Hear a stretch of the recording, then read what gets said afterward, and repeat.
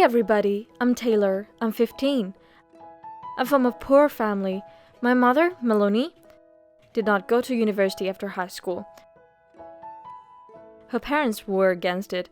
They thought it was a waste of time and money, so she found a job soon after the graduation. After working as a waiter for 6 months, she met my dad. His name is Brian. He doesn't have higher education either. He was a bartender back then. They started dating and got married a few months later. Then I was born. Parents were given a one-room apartment. After my birth, Mom had to stay home, and Dad was the breadwinner.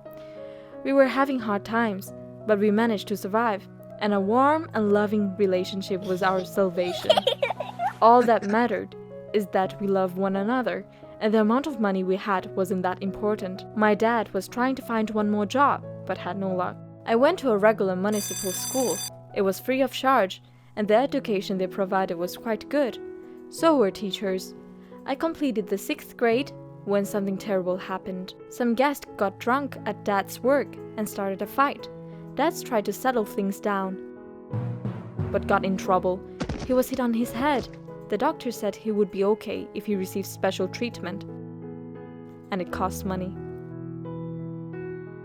Mom had to start earning again, and I was in charge of household chores. We urgently needed money. We loved Dad very much, and back then we did our best to pay the cost of medicines and treatment in the hospital. Mom got a job as a cleaner in the office.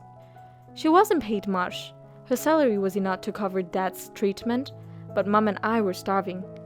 It was a critical situation. One day, when I went out to the schoolyard, my classmates approached me with a proposal. They said they saw I was in a difficult situation, but there was a way out. They said I could easily make some money simply by doing what they say. I was excited to hear that and asked what exactly they wanted. They said that since there was an exam the next day and they weren't prepared for it, I had to bugger it up by making a mess in our teacher's office and tearing all the journals. And then they would give me money. I was very scared. One girl told me that if I blew off the office, I could get the money the next day at the same place behind the school building. So I had time to think till the next day. I said goodbye and went home. On the way, I thought over all the options. Ruining the office was a terrible thing. But we needed money badly. I was hungry, and so was Mom. I loved Mom better than teachers, and I could always clean up and repair the office later. When I came home, I once again realized that our life was a nightmare. I didn't say anything to my mom. That would have made her worry, and I didn't want that. I was going to do it all for her good. At about 3 o'clock in the morning, I went to school. First, I broke the window and sneaked into the teacher's office. I broke cabinet doors, dumped flower pots, tore magazines, and broke a lamp. I tried to be quiet when I heard a security guy approaching. I decided it was enough, took a picture, and rushed home. I made it home and fell asleep. The next day, I behaved as if nothing had happened.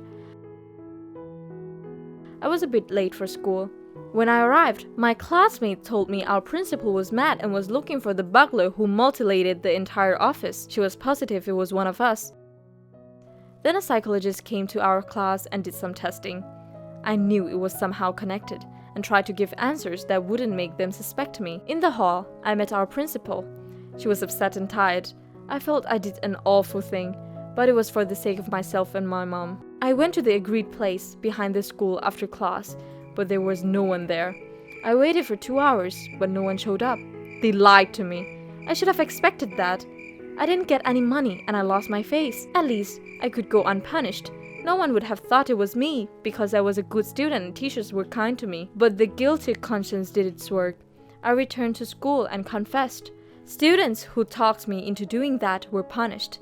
And of course, I was scolded both at school and at home. But I fully admitted I was wrong.